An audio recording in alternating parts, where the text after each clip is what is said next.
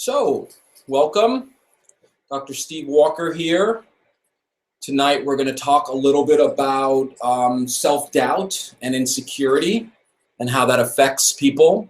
I want to make everyone well aware of the fact that these webinars are only as good as the people who participate in them. So I want to let everyone know who's watching tonight, or if you're looking on this on YouTube, that you need to ask me some questions. You need to engage in this process in order for us to get the maximum benefit we can from it. So I see a question is coming in already. Let's see what we're at here. Can't see you. Can you see me? You can't see me. Let's see if that helps.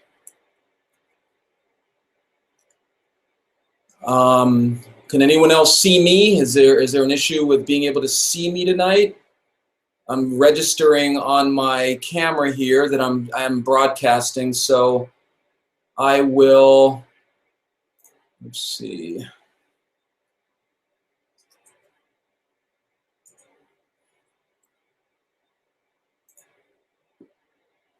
So I'm going to keep going. Hopefully the person who can't see me will get that all worked out. So tonight let's talk a little bit about insecurity and self-doubt and how that affects us, okay? We all have insecurities. We all have self-doubts. Okay, pleasure saying I can see you just fine. So I'm going to assume that the person is going to work it out on their computer. So let's talk a little bit about how insecurity and self-doubt affects, okay, great, person can see me now, wonderful. So I'm coming to you from one of my other offices again tonight. I know I switched locations, I apologize for that. So insecurity and self-doubt, everyone has it. Everyone's insecure at some level. Everyone has doubts, insecurities, fears, paranoias, whatever it may be. The problem that I see again, as those of you who have attended other webinars, is that we're not talking about these issues that we have in a way that helps us bring them out. One of the main things I work with clients on is getting to what I call the roots of self-doubt. How did they learn to doubt themselves? Where did they pick up this idea that they're inferior to other people? I mean, if you really stop and think about it, how much do you, the person looking at this tonight, how much do you struggle with feeling inferior? How much do you struggle with feeling that people are better than you, that you're not good enough? This is something I hear a lot, especially with people who are struggling with any kind of negative mood, negative affect, negative emotion, whatever, is they have this constant sense of being less than other people. Let's look at that a little bit. Let's talk about perfectionism. Let's talk about the ways perfectionism affects how we think and feel. And I quoted this in another webinar. People who self-identify as perfectionists, people who actually take pride in considering themselves perfectionists, actually report that they're depressed. I hear this a lot with people. I'm never good enough. What I do is never good enough. I never feel that what I'm doing is good enough. So people live in this constant state that they're never good enough, that they're not doing something that's enough for other people or for themselves. And this will definitely affect how we think and feel about ourselves. And if you really stop and ask yourself, what is perfection? What is perfection? Perfection is the elimination of self-doubt, of insecurity. Do you think that's possible, to eliminate self-doubt and insecurity? Do you think it's possible that you can ever not feel negative emotion? Is that really possible, to not feel negative emotion? Well, if you look at some commercials on TV, you'll believe that it's possible that you can never feel unhappy. You can never doubt yourself. You can never feel that there's something wrong with you. And this is a constant thing that I see over and over with people, is the belief that they can eliminate negative emotion. They can eliminate negativity. They can eliminate doubt. They can eliminate these bad feelings in them, when in reality, that's not only impossible, it's a natural impossibility to eliminate the negative in anything. So one of the things I work with my clients on is identifying how they're thinking and feeling, and how those thoughts and feelings are affecting how they look at their world around them. So we talked about this in a previous session. Mindfulness, okay? I'm going to keep pressing this as an issue. thinking about our thinking, being aware of how we were conditioned to think and feel is one of the keys to finding the roots of why we doubt ourselves so much, why we feel so insecure. Conditioning is one of the main things that people aren't aware of. How was I conditioned to think and feel? How did I learn to think and feel this way? At what point in my life did I get taught that I am less than, that I am not as good as this person or that person?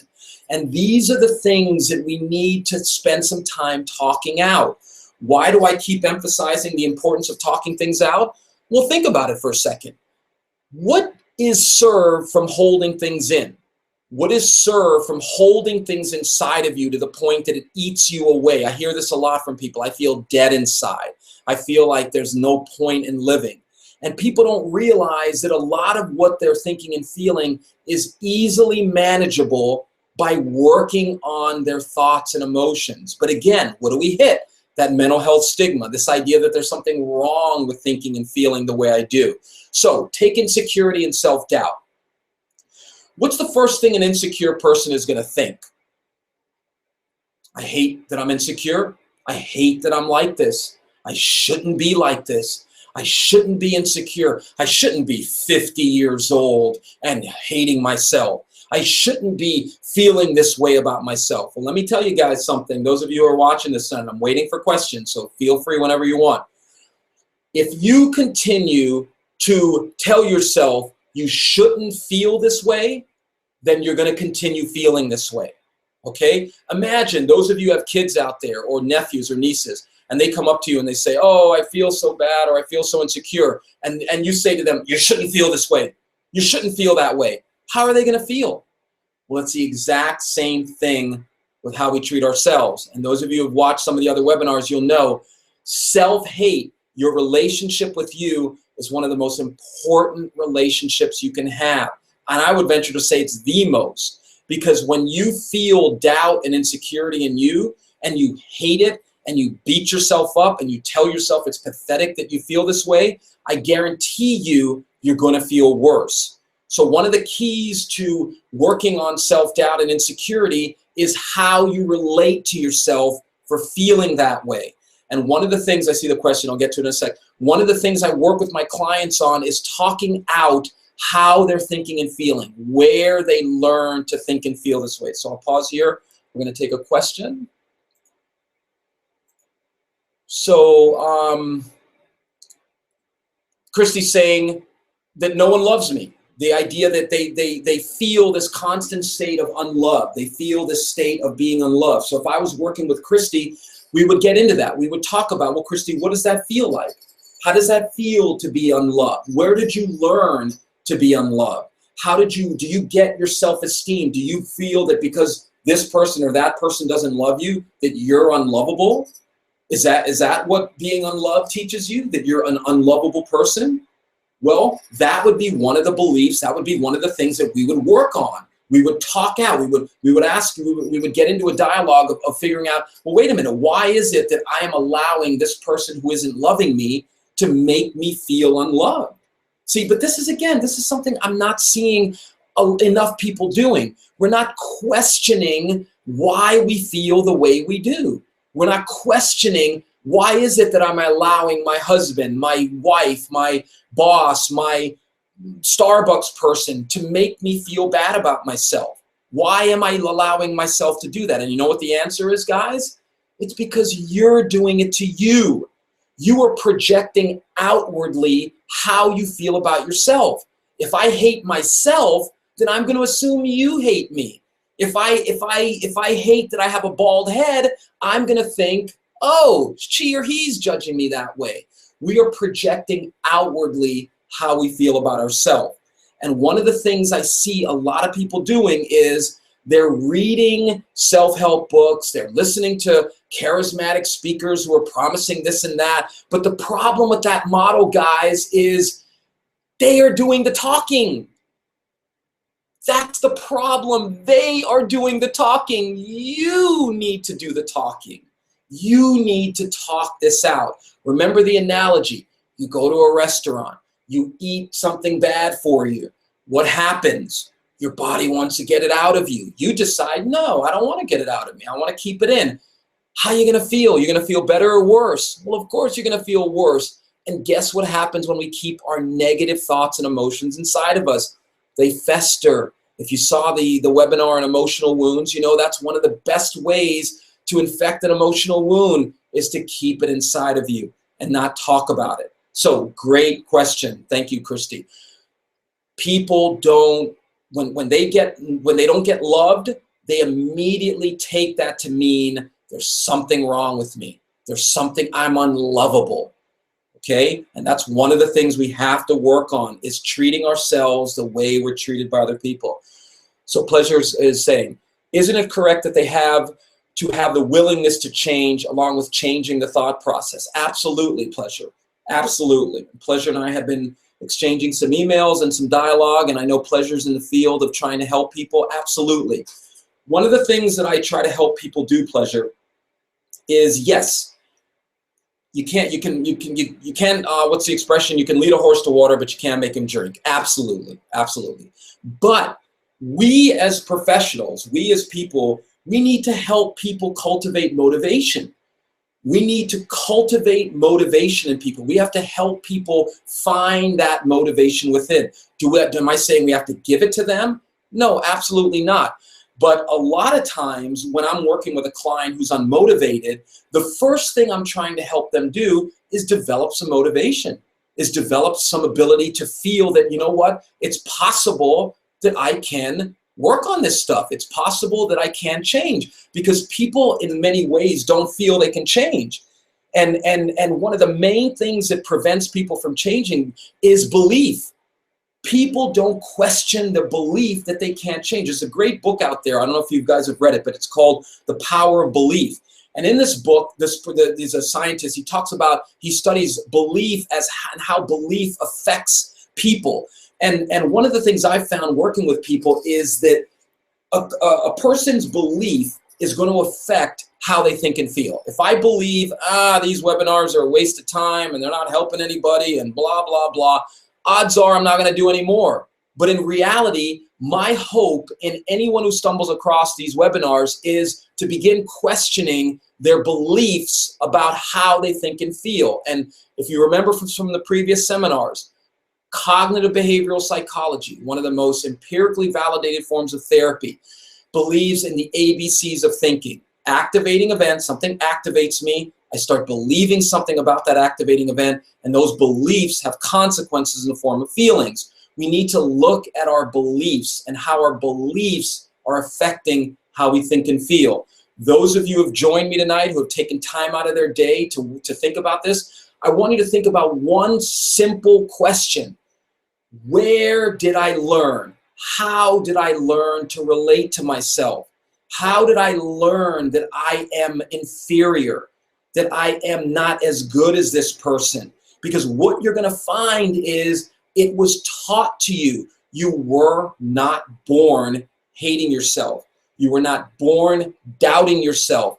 We're born with a certain degree of insecurity because we're dependent on people, but the degree of insecurity that I see most people struggling with is way off the charts, because what happens is the more we're insecure, the more we feel insecure, we doubt everything that comes up. We doubt whether we're going to find somebody. We doubt whether we can help people. We doubt whether or not we're going to ever be successful. And that insecurity begins feeding on itself. And what you need to do is sit with that insecurity. And I know it's going to sound odd because it's what I'm about to say, but yes, you have to accept your insecurity. You have to accept I have insecurities. And it's okay that I have insecurities, but I'm going to work on them. That's called active acceptance. You actively accept it. You accept it and you work on it. Okay, so I see a question coming in. Let's take a look here. Doubt and insecurity both stem off of the fear of not being sure of ourselves. Absolutely. Self-motivation is hard when you do not believe in yourself. Absolutely. Well, you know what, Christy? If you were sitting in my office here and I have a shot here from one of the chairs and I would be sitting in here and we'd be talking about it, I would ask you, where did you learn to not believe in yourself? Where did you learn that? Did you see that growing up? Did your mom, dad, did they make you doubt yourself a lot? Did you get teased? Did people around you make you doubt yourself? This is what we need to begin looking at. We need to look at where we were taught to think and feel what we're feeling. Let me give you a model of why that's important. Let's say I'm a racist, which would be hard because I've got pretty much every race in me. But let's say I was a racist and I hated all white people, black people, let's say green people again. I would have to look at, wait a minute, where did I pick up this belief that I hate green people? Where did I pick this up? And the more I ask myself that question, the more I begin to see I was taught that. Or maybe I had some negative experiences with some green people, so that taught me all green people suck. That's how the same thing with Christy not believing in herself, okay? Christy needs to ask herself, where did I learn this? Where did I learn to not believe in myself? Is that okay with me? Is it okay with me that I don't believe in myself? Take it with the racism. Is it okay with me that I hate green people? Some people will say, yeah, it is okay. Those dang green people, they're ruining the country. Well, I shouldn't use that voice, but we have to question that. We have to question the roots of our beliefs, okay? So I would say to Christy, I guarantee you there's a Christy that believes in herself. You just need to clear off some of the stuff that's covering that up. And that's why I keep stressing the importance of talking this stuff out. I don't know if Christy has read books or whatever, and maybe she's not getting the ones because this stuff's inside of you, Christy. You got to talk it out. Great. I learned that from school and work. There you go. There you go, Christy. And you have to ask yourself whether that's okay with you. And I appreciate Christy's openness. This is what we need to be doing. We need to be openly talking about the things that are affecting us so that we can work on that. So if you're sitting here in my office, I would ask you, well, talk about that. What happened at school? What happened at work? And we would start talking some of that stuff out, and you would start hearing yourself say that. That's why I keep emphasizing, guys, you're only going to get a certain amount of results from reading and listening to other people. And I know there are people out there that'll say, well, you make money off of helping people do this, so you're going to push talking things out. Sure, there's a certain degree of truth to that. But you know what's a greater truth? Show me where talking things out doesn't help. Think about religion. Think about people who are very religious. Religions talk about the effectiveness or the importance of confession. What's confession? Talking things out. The difference between someone like me and going to a priest is the priest isn't going to help you process that. The priest is going to give you, or the religious person is going to give you some things to do or pray or whatever that's going to make you feel better. And for some people it works, and that's great. But talking things out is the key. Tell me how keeping things inside of you is going to help you feel better. How is keeping your self-doubt and your insecurity in you going to make you feel better? How's that going to help you? Christy follows up. No, it's not okay. Learning a new belief system. Exactly, Christy. Exactly. Remember what we talked about in a previous webinar. Brain plasticity.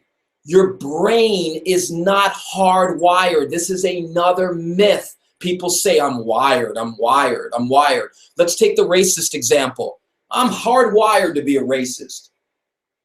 Those damn green people, I'm hardwired this way. How much is he going to change?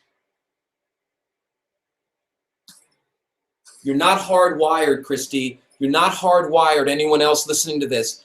Those people who are telling you people don't change, those are the same people who never change, okay? Anyone who tells you people don't change is telling you I can't change, okay? Replace the word change with learn, and then tell me people can't learn, okay? If we couldn't learn, we'd still be in caves. Everyone can learn and change. I don't care if you're 4, 14, 40, or 400. Everybody can change. But the thing that prevents people from change is when they don't want to accept their negative emotions. They don't want to accept that self-doubt, that feeling of being insecure. So they hate themselves for feeling insecure. Now, let's talk about how hate affects anything. Name me one person on this planet that has professed hate, that we emulate, that we think was, wow, they're enlightened. Anyone who's professed hate as a solution. We hate ourselves all the time, and we think that's going to help us heal. We hate how we are. We hate how we look. We hate that we're bald. We hate that we're skinny. We hate, and I said this before, I see this over and over, guys. I see sometimes 45 to 50 people a week, and almost every single one of them struggles with self-hate to a certain degree. Self-hate is one of the most destructive things that people struggle with, okay? So hating yourself for being insecure, hating your doubts, hating yourself is going to fuel those feelings, okay? The negative emotion feeds off of the hatred. You're actually fanning the flames by hating how you feel.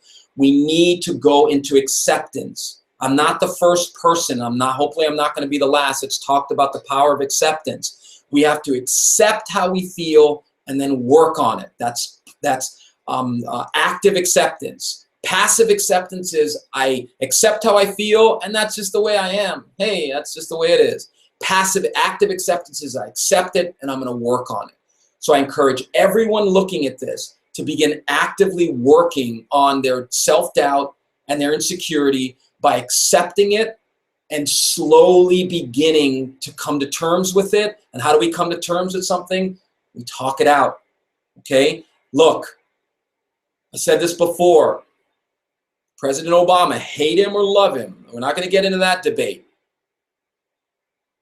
He has made mental health coverage equal to medical health coverage and physical health coverage. Use your benefits.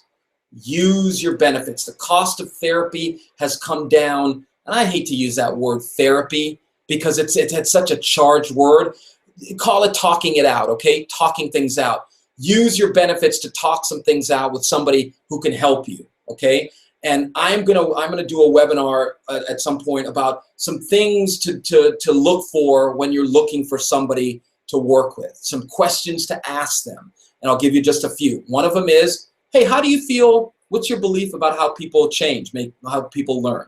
What's your philosophy? What's your theoretical orientation? A theoretical orientation is, what do you believe? How do you frame? How do you help people change? What are your theories? Because that's going to let you know, are they just regurgitating out something they learned in a book or in a program, or have they actually given thought to how they think and feel? Another good question is, hey, have you done any of this work on yourself?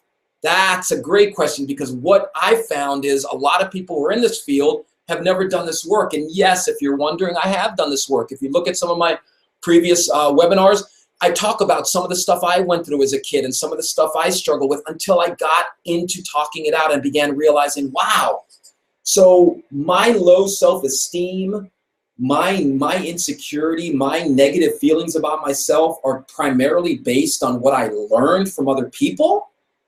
Wow, I never really thought about that. And I went through a process of talking some of that stuff out, and I can tell you point blank, it's helped me immensely. It's led to more and more questions about myself and how I learn and grow as a person. So let's talk a little bit about black or white thinking, okay?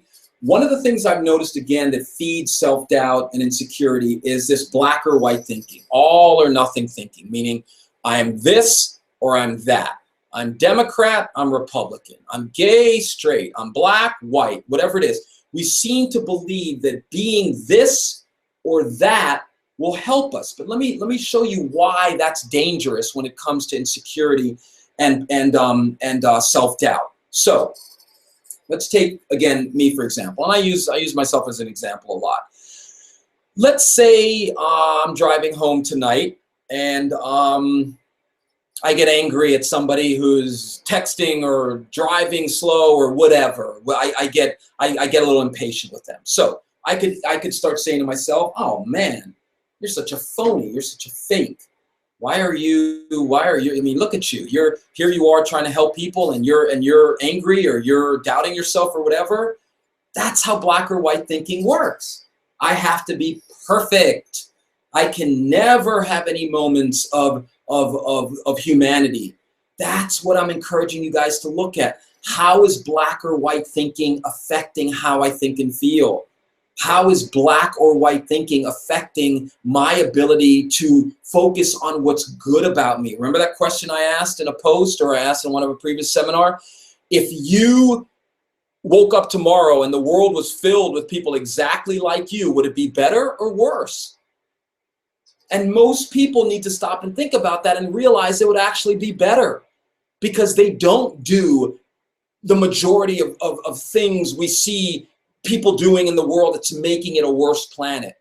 Okay, so we have another question coming in. Negativity feeds negativity, so it makes sense that being positive can feed positivity. Absolutely. But what we have to understand is that we have to spend some time figuring out, why am I so negative? Where did I learn to be this negative? Where did I learn to focus only on what's wrong about me? And that's a very key thing that we need to begin working through, is the conditioning. How was I conditioned to feel so bad about myself? Where did I pick up this idea that it's not okay how I feel? Have you ever asked yourself this question? Why am I the way I am? Why am I the way I am? How did I end up like this? How did I end up thinking and feeling like this? Like I posted, I don't know how many people saw it, because apparently Facebook and its wonderful policies doesn't apparently put out everything that I post. I have, I think, close to 40,000 followers, but it doesn't go out to everybody, because of course now they want me to pay more money to get it out to more people. But the post on the me, this is not the me that I want to be, with the person holding the alcohol bottle. We don't stop and ask ourselves, why am I doing this? Why am I this person? These are the questions we need to ask ourselves. Why am I the way I am? Where did I learn this belief system that tells me I am less than? I am less than. I'm not good enough. This we've heard it over and over. Inferiority complex. Where did I get that? I was working with a gentleman right before this webinar tonight, and we were getting into why he feels so inferior, where he picked that up, and he hit on a couple of key things. He hit on where he learned to feel this way about himself. And the more you bring in that insight into the moment, remember the racist. So he's in McDonald's, Burger King, wherever, out in public, and he sees a green person. He could slip into one or two areas. Yeah, there's that green person. I hate those green people. Yeah. Or, wait a minute, I don't even know this green person. Why am I allowing my conditioning to affect me this much? And imagine if he does that and he's able to do that more and more, what's going to happen to the intensity of his racism? What's going to happen to the intensity of your self-hate if you continue to work on it, if you continue to actively look at why you feel the way you do? Okay? So, last point, okay? Framing. Remember, we talked about this before. See those pictures there? Those are degrees and all that. See if I can do that. Yeah. Framing. If those were up on the wall without a frame around them, how would they look? Kind of crappy. Put a frame around them. Now, how does it look? We've got to be aware of how we're framing our life. We got to be aware of how we're framing our thoughts. Framing is, what am I telling myself about how I think and feel? And you'll find that it's the same picture, but a different frame makes it look different. It's the exact same thing. Framing and how we frame things is one of the keys to how we think and feel. Because if you're framing your life in a way, oh God, I hate myself, and everything sucks, I can't trust anybody, people are always out to get me, oh, I hate myself, I'm never gonna find love, or my husband doesn't love me, or my wife doesn't love me, or oh, I don't know how to help my clients, or whatever it may be. If those are the frames that are going on inside of us, then we're going to feel a negative blowback from that. Okay? So, wrapping up here. We got to look at why we doubt ourselves so much, why we're so insecure. We can't hate being insecure. If we hate it, we're fueling it. We have to accept it and work on it. Talking things out of you, whether, even if you still want to buy into this stigma, if you still want to perpetuate this idea that talking to someone like me, Going into someone's office like this. Here's my whole office. Scary, huh? Oh my Lord. Going and talking to someone like me has a stigma associated with it, then guess what? You're going to continue to keep this poison inside of you, and it's not going to come out, guys. And there's no reason, there's nothing other than fear of judgment that holds people back from doing this work, okay? So I want to thank everyone who asked questions tonight. I want to thank everyone watching this on YouTube. But I want to challenge everybody who's watching this. I want to challenge you. Accept how you feel and work on it. Denying that you have emotional wounds is causing them to get worse. Hating yourself for how you feel and how you think, that's making it worse, okay? Catch the black or white thinking. My next webinar is going to be on trauma, PTSD, how we're traumatized. Because again, I firmly believe that most, if not everyone who's raised by a human being has gone through some form of trauma, okay? And trauma is one of the most destructive forms of conditioning, because we get traumatized by something, and if it happens over and over and over again, then guess what? That's how we relate to ourselves. We relate to ourselves the way we were treated. And that's one of the main things somebody like me or I would help you work with, is identifying how that trauma is affecting how you think and feel. So thanks for tuning in tonight. Please keep the questions coming on Facebook. Oh yeah, and somebody asked me about my resume, what experience I have. I have well over 15 years of experience. I've worked in prison, schools, I used to manage a mental health facility to prison. I've worked in several different treatment facilities. I've worked with people from 4 to 400. I work with elderly people. I work with young people. I work with depression, anxiety, all forms of this type of stuff. And guess what? I love it. You know why? Because this is one of the key aspects that people don't work on, how they feel about themselves, their negative thoughts and emotions. We want to read little things on Facebook or books that say, oh, everything's positive, it's all good, whatever. Well, guess what, guys? It ain't all good inside of us. We have a lot of negativity inside of us, and if we don't work on it, it's going to grow. So thank you for tuning in tonight. Remember, every Wednesday at 8 p.m. East Coast time. Every Wednesday at 8 p.m. we're going to be doing another one. The next one will probably be on PTSD, but I got to look at and see what the schedule is, okay? Thanks for tuning in. Do not give up. Do not give up on working on yourself, okay? It's absolutely okay to work on how you think and feel. All right, guys, have a great night. Thanks for coming. Take care.